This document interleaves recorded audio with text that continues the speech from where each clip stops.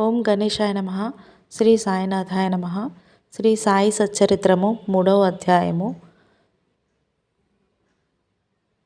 శ్రీ సాయి సచ్చరిత్ర చదువరులకు ఈ వీడియోను షేర్ చేసి మీ వంతు సహాయ సహకారాలు అందిస్తారని ఆశిస్తూ మరి 3వ అధ్యాయం మొదలు పెడుతున్నాను. అందరూ శ్రద్ధగా వినండి. శ్రీ సాయి ఆశీస్సులు పొందండి. 1 అధ్యాయంలో వర్ణించిన ప్రకారము శ్రీ సాయి సచ్చరిత్ర వ్రాయుటకు బాబా పూర్తి అనుమతి నొసంగుచు ఇట్లు నుడివిరి. సచ్చరిత్ర వ్రాయ విషయంలో నా పూర్తి సమ్మతినిచ్చేదను. నీ పనిని నీవు నిర్వర్తించుము. భయపడకము. మనస్సు నిలకడగా నుంచుము. నా మాటలయందు విశ్వాసముంచుము. నా లీలలు రాసినచో నవిద్య నిష్క్రమించిపోవును. వానిని శ్రద్ధాభక్తులతో ఎవరు వినిదరో వారికి ప్రపంచమందు మమత క్షీణించును. బలమైన భక్తి ప్రేమ కెరటములు లేచును. ఎవరైతే నా లీలల్లో మునిగెదరో వారికి జ్ఞానరత్నములు లభించును. ఇది విని రచయిత మిక్కిలి సంతసించెను. వెంటనే నిర్భయుడయ్యెను. కార్యము జయప్రదముగా సాగునని ధైర్యము కలిగెను. అటుపైన మాధవరావు దేశపాండే వైపు తిరిగి బాబా ఇట్లనెను. నా నామము ప్రేమతో ఉచ్చరించిన వారి కోరికలన్నీయు నెరవేర్చెదను. వారి భక్తిని హెచ్చించెదను. వారినన్ని దిశలయందు కాపాడెదను. ఏ భక్తులైతే మనఃపూర్వకముగా నాపై ఆధారపడి ఉన్నారో వారి కథలు విన్నప్పుడు మిక్కిలి సంతసించెదరు. నా లీలలు పాడువారికి అంతులేని ఆనందమును శాశ్వతమైన తృప్తిని ఇచ్చేదనని నమ్ముము. ఎవరైతే శరణాగతి వేడెదరో నన్ను భక్తి విశ్వాసములతో పూజించెదరో నన్నే స్మరించెదరో నా ఆకారమును మనస్సున నిలిపెదరో వారిని బంధనముల నుండి తప్పించుట నా ముఖ్య లక్షణము.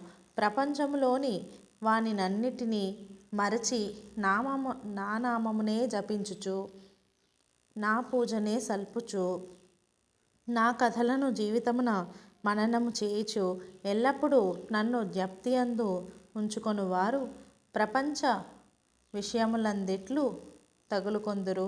వారిని మరణము నుండి బయటకు లాగెదను. నా కథలు వినినచో అది సకల రోగములు నివారించును. కాబట్టి భక్తి శ్రద్ధలతో నా కథలను వినుము. వానిని మనమున నిలుపుము. ఆనందమునకు తృప్తికి ఇది ఏ మార్గము. నా భక్తుల యొక్క గర్వాహంకారములు నిష్క్రమించిపోవును. వినువారికి శాంతి కలుగును. మనఃపూర్వకమైన నమ్మకము గలవారికి శుద్ధ చైతన్యముతో తాదాత్మ్యం కలుగును.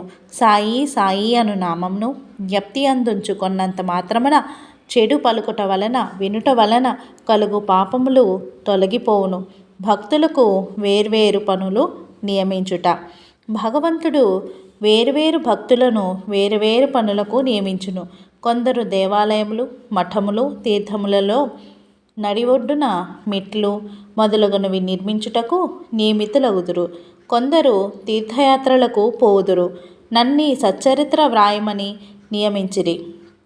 అన్ని విషయములు పూర్తిగా తెలియని వాడనవుటచే ఈ పనికి నాకు అర్హత లేదు. అయితే ఇంత కఠినమైన పని నేనెందుకు ఆమోదించవలెను? సాయిబాబా జీవిత చరిత్రను వర్ణించగల వారెవ్వరు? సాయి యొక్క కరుణయే అంత కఠినమైన పని యొనర్చు శక్తిని ప్రసాదించినది. నేను చేత కలము పట్టుకొనగలని సాయిబాబా నా అహంకారమును పెరికివేసి వారి కథలను వారే వ్రాసికొనిరి. కనుక ఈ కథలను వ్రాసిన గౌరవము సాయిబాబాకే చెందును, కానీ నాకు కాదు. బ్రాహ్మణుడనై పుట్టినప్పటికీ శృతి స్మృతి అను 2 కండ్లు లేకుండాటచే సాయి సచ్చరిత్రను వ్రాయలేకుంటిని. కానీ భగవంతుని అనుగ్రహము మూగవాణిని మాట్లాడునట్లు చేయును, కుంటివాణిని పర్వతములు దాటునట్లు చేయును. తన ఇచ్ఛానుసారము పనులు నెరవేర్చుకొనుటలో ఆ భగవంతునికి ఆ చాతుర్యము కలదు.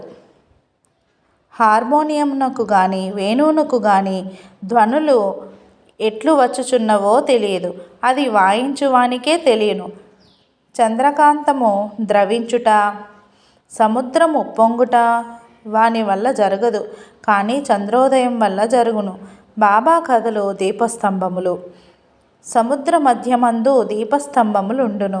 పడవలపై పోవు వారు ఆ వెలుతురు వల్ల, రాళ్ళు రప్పల వల్ల కలుగు హానులను తప్పించుకొని సురక్షితముగా పోదురు. ప్రపంచమను మహాసముద్రములో బాబా కథలను దీపములు దారిచూపును. అవి అమృతము కంటే తీయగా నుండి ప్రపంచయాత్ర చేయు మార్గమును సులభముగను సుగమముగను చేయును. యోగీశ్వరుల కథలు పవిత్రములు.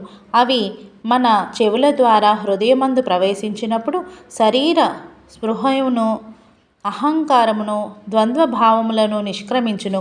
అవి మన హృదయమందు నిల్వ చేసినచో సందేహములు పటాపంచలైపోవును.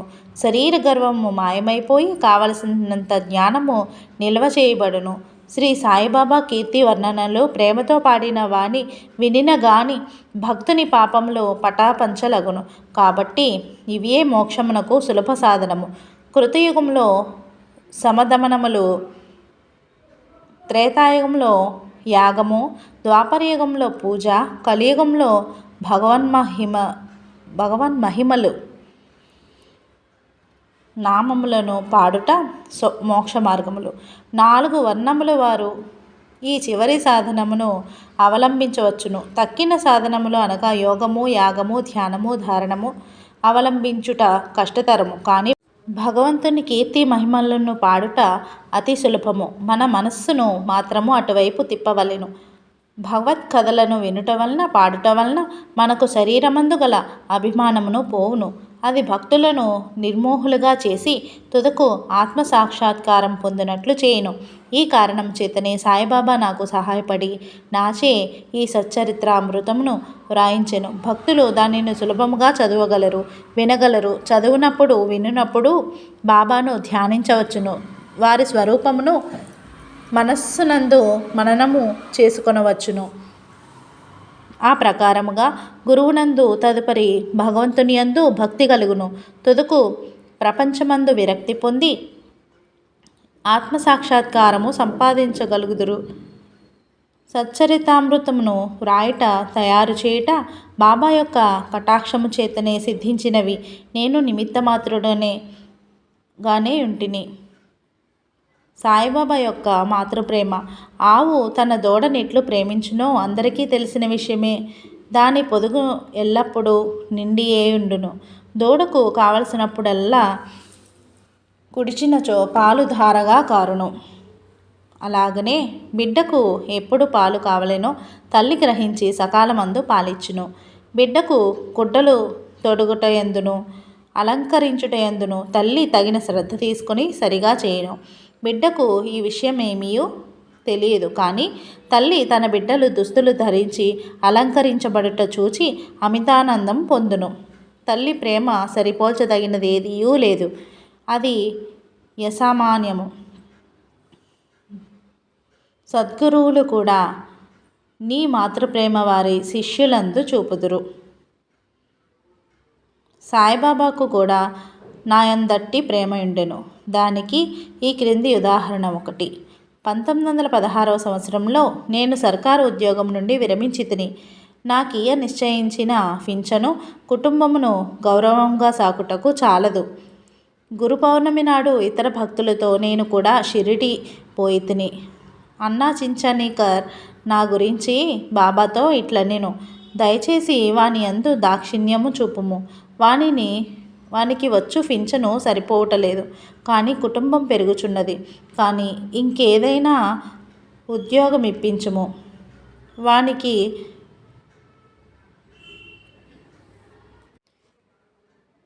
వాని ఆతురతను తీసివేయము.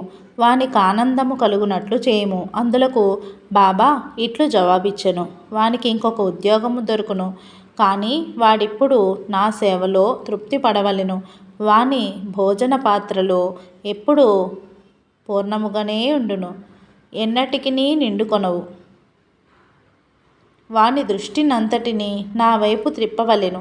నాస్తికులు, దుర్మార్గుల సహవాసము విడువవలెను. అందరి ఎడ అణకువ, నమ్రతలు ఉండవలెను. నన్ను హృదయపూర్వకంగా పూజించవలెను.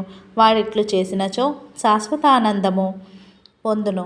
నన్ను పూజించినప్పుడును దానిలో ఈ నన్ను ఎవరు అను ప్రశ్నకు సమాధానము సాయిబాబా ఎవరు అను దానిలో విశదీకరించబడి ఉన్నది. మొదటి అధ్యాయంనకు పూర్వము ఉపోద్ఘాతంలో చూడుడు. రోహిల్లా కథ. రోహిల్లా కథ విన్నచో బాబా ప్రేమ ఎట్టిదో బోధపడును.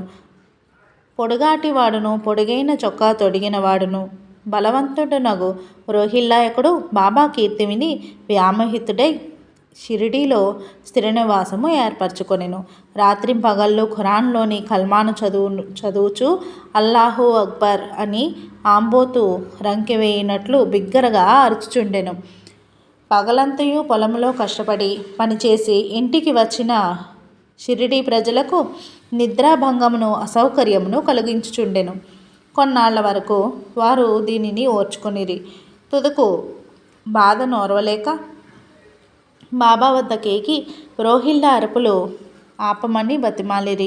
బాబా వారి ఫిర్యాదును వినకపోవుటేగాక వారిపై కోపించి వారి పనులు వారు చూచుకొనవలసినదే కానీ రోహిల్లా జోలికి పోవద్దని మందలించెను.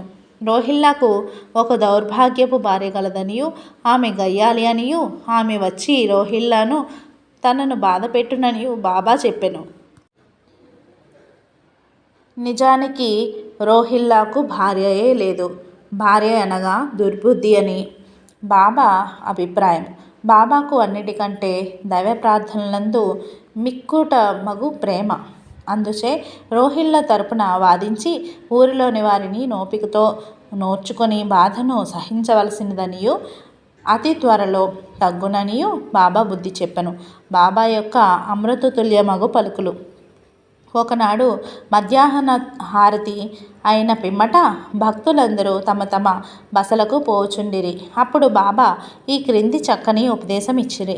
మీరెక్కడ నున్నప్పటికీ ఏమి చేసినప్పటికీ నాకు తెలియనని బాగుగా జ్ఞాపకముంచుకొనుడు. నేనందరి హృదయములను పాలించువాడను, అందరి హృదయములలో నివసించువాడను. ప్రపంచమందు గల చరాచర జీవకోటి నావరించి ఉన్నాను. ఈ జగత్తును నడిపించువాడను, సూత్రధారిని నేనే. నేనే జగన్మాతను, త్రిగుణముల సామరస్యమును నేనే, ఇంద్రియ చాలకుడను నేనే, సృష్టి స్థితిలయకారకుడిని నేనే. ఎవరైతే తమ దృష్టిని నా వైపు త్రిప్పెదరో వారిని మాయ శిక్షించదు. పురుగులు, చీమలు, దృశ్యమాన చరాచర జీవకోటి అంతయు నా శరీరమే, నా రూపమే. ఈ చక్కని అమూల్యమైన మాటలు విని వెంటనే నా మనస్సులో ఎవరి సేవ చేయక గురుసేవయే చేయుటకు నిశ్చయించితిని. కానీ అన్నాచించనీకరు ప్రశ్నకు బాబా చెప్పిన సమాధానము నా మనస్సు నందుండెను.